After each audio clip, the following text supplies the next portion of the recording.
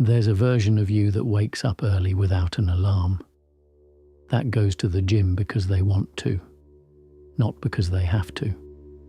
That saves money, builds things, shows up consistently without forcing themselves. You know they exist. You've felt glimpses of them. So why do they keep disappearing? It's not a motivation problem. It's not a discipline problem. It's an identity problem. And today, I'm going to show you exactly what that means, and more importantly, how to fix it. Most of us approach change in exactly the same way. We set a goal, we make a plan, we feel excited for about 4 days, then life happens. We miss 1 day, then 2, then the goal quietly dies, and we feel a little worse about ourselves than before. Sound familiar? Here's what nobody tells you. The problem isn't that you're lazy or undisciplined. The problem is that you're trying to change your behavior without changing your beliefs. And your brain will always default back to whoever it thinks you are. Think about it. If you deep down believe you're someone who's bad with money, no budgeting app in the world will save you. If you believe you're not really a gym person, you'll find 1,000 reasons to skip. The behavior is just a symptom. The belief is the root. Psychologists call this cognitive consistency. Your brain is constantly trying to act in ways that match your self-image. It's not sabotage. It's your mind being loyal to the story it believes about you. So the question isn't how do I change what I do? The question is how do I change who I believe I am? James Clear, the author of Atomic Habits, talks about 3 layers of change. Picture 3 concentric circles. The outermost layer is outcomes, what you get, your degree, your body, your bank account. The middle layer is processes, what you do, your habits, your routines, your systems. And at the very center, the innermost layer, is identity, who you believe you are. Most people try to change from the outside in. They focus on the outcome and work backwards. I want to lose 10 kilograms. Okay, so they go to the gym for 2 weeks. And when results don't show up fast enough, they quit. The motivation evaporates because there's nothing deeper holding the behavior in place. Identity-based change works from the inside out. You start with who you want to become, not what you want to achieve, not what you want to do, who you want to be. I want to be someone who takes care of their body. That belief changes everything. Because now going to the gym isn't about burning calories. It's about proving something to yourself. It's about being consistent with your self-image. The goal becomes almost irrelevant. It's just a natural side effect of showing up as that version of you. Let me give you a real example so this clicks properly. 2 people are trying to quit sugar. Someone offers them both a piece of cake.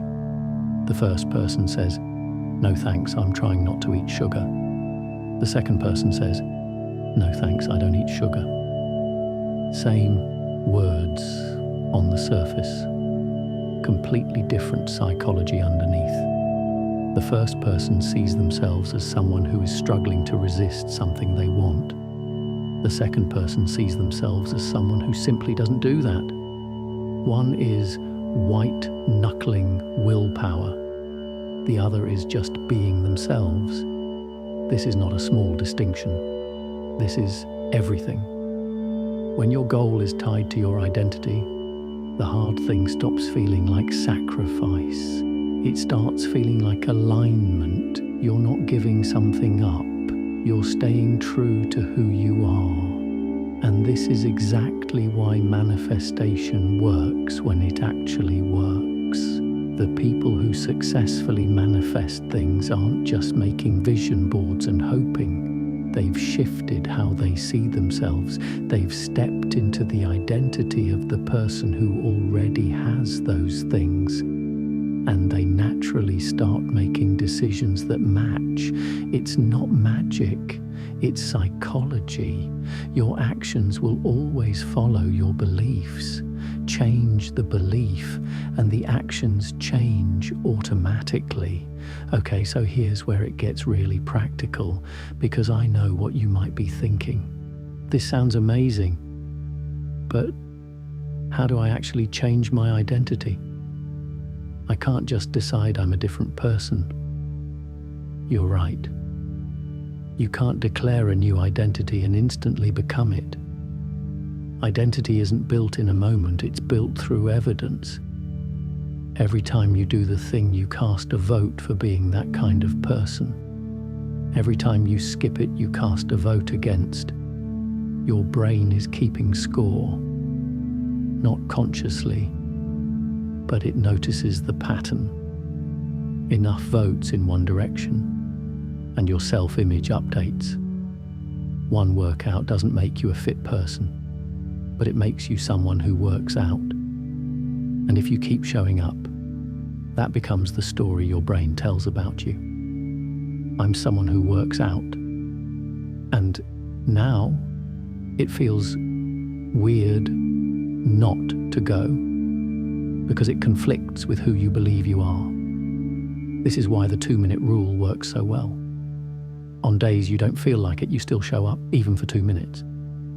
Not because 2 minutes will change your body, but because it casts a vote. It says to your brain, I'm still this person, even today. The standard advice says never miss twice.